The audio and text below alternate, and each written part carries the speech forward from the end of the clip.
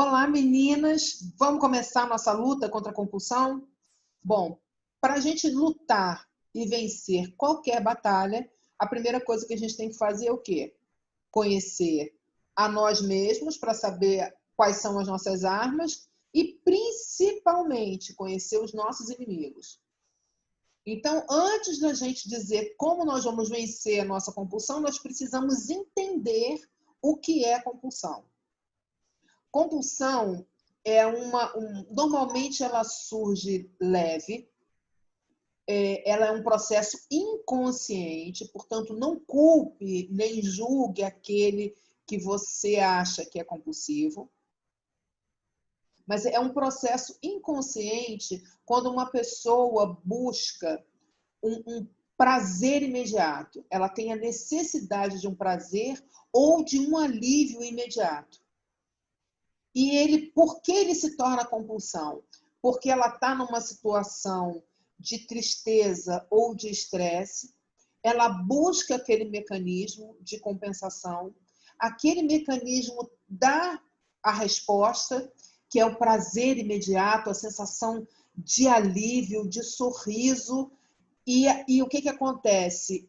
Ela automaticamente, o cérebro dela começa a compreender que a saída para ela, para aquelas situações, sempre é aquele prazer.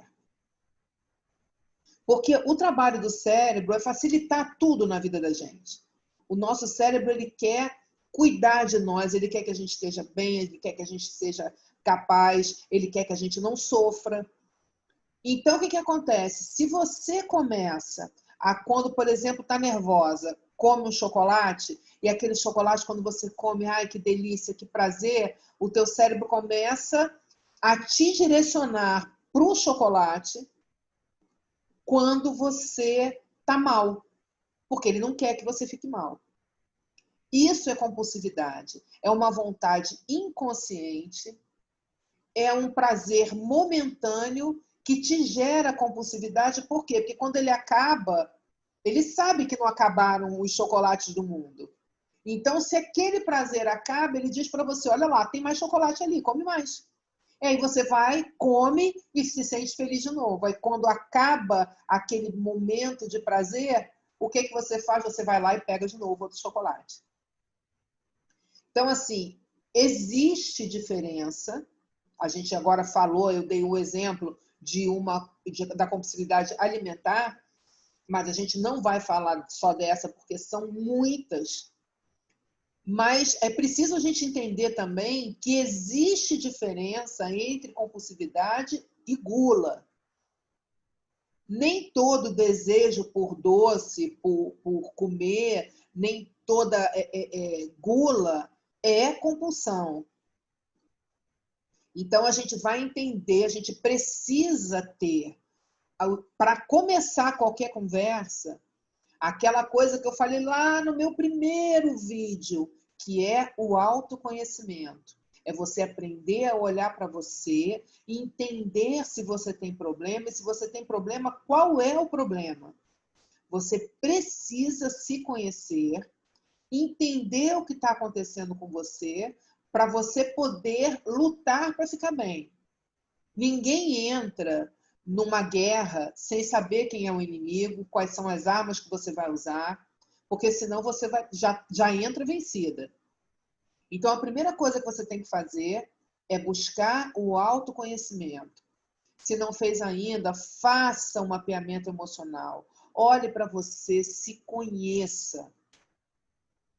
Se acarinhe. Se você ainda não teve oportunidade de se conhecer, se você não teve oportunidade de fazer, faça o mapeamento emocional. Se precisar de ajuda, me procure. Se não souber aonde faz, me procure.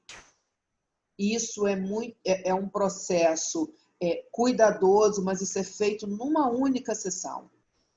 Você precisa conhecer você, para você saber como você está, para você saber o que você tem que fazer, se você tem que fazer. Você precisa se guiar, e o teu norte quem te dá é o teu emocional. Certo? Então, o que a gente precisa entender primeiro? Como é que você identifica que você tem uma compulsão? Como é que você identifica, por exemplo, se você é uma pessoa com muita sede de realização ou você é um workaholic, que é aquela pessoa que tem compulsão para o trabalho? Como é que você sabe disso? O que é a compulsão? A compulsão é aquela coisa que você faz por impulso e que você não consegue controlar. Que você não consegue... É como se fosse um vício, só que ele não tem a química do cigarro, ele não tem a química da bebida. É um vício que é gerado por um prazer emocional. Então, o controle vai além de você estar distante da bebida ou do cigarro, de você não ter bebida ou cigarro em casa, ou seja qual for o vício. Você é uma coisa que você tem que lutar com você, é de dentro para fora. Por isso que você precisa tanto do autoconhecimento. Então, assim, existem os mais diversos tipos de compulsão. A gente vai falar deles detalhadamente amanhã. Mas o que é a compulsão em si? É é você perceber que aquela coisa está mais forte que você. Ou seja, é um impulso que você não controla, que se você controla, você não consegue parar de pensar nele. Ele domina o teu pensamento, que enquanto você não faz, você fica naquela agonia. É uma coisa que você frequentemente, quando se refere a ela, você fala, eu preciso. Você não diz eu gosto, eu queria, você fala eu preciso. Nossa, eu preciso de um chocolate. Nossa, eu preciso de um refrigerante. Nossa, eu preciso ir na academia. Nossa, eu preciso, eu preciso, eu preciso. É você dizendo para o seu cérebro, eu tenho que fazer. E é o seu cérebro dizendo para você, vai lá porque aqui isso te dá recompensa. Porque quem programou o seu cérebro foi você, com essa necessidade. Tô triste como um doce. Tô triste, vou nas compras, eu preciso ir no shopping. Tô triste, eu vou para balada, eu preciso ir para balada. Ou seja, você identificou uma coisa que te dá prazer, que te dá alegria, e quando você tem um estado de estresse, uma ansiedade, uma tristeza, uma insatisfação, quando o teu emocional grita, tô mal, você recorre àquela coisa. Tudo isso num processo inconsciente. Mas você pode começar a olhar para você, a identificar esses pontos e começar a tirar essa palavra eu preciso e reprogramar o teu cérebro. Eu estou dizendo assim, tirar essa palavra eu preciso, mas não é assim que funciona. Você tira o eu preciso depois do processo. Mas o que eu estou querendo que você entenda é que, de fato, são coisas que você não precisa, porque você pode ser feliz e sorrir, ter um prazer que não é um prazer ilusório, porque a compulsão é um prazer ilusório. E é por isso que ela se torna compulsão. Por quê? Porque você está angustiado, aí você vai lá e come o doce, por exemplo.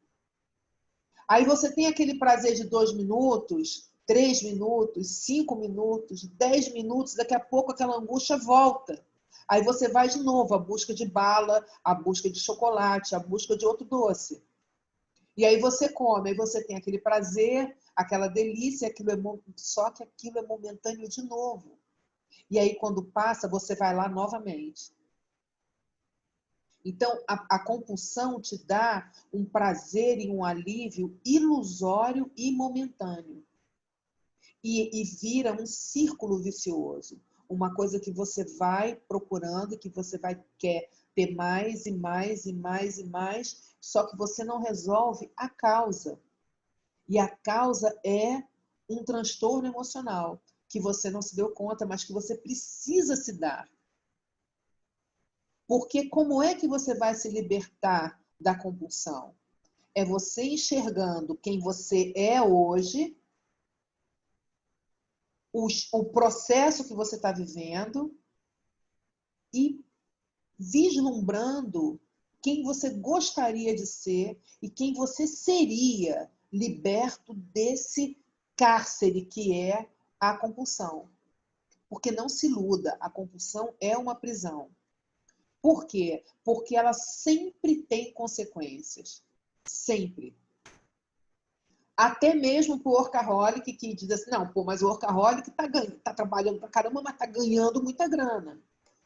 Só que esse trabalho excessivo que faz ele negligenciar a alimentação, sono, exercícios físicos, banho de sol, o prazer, o lazer, tudo isso, a vida vai apresentar uma conta.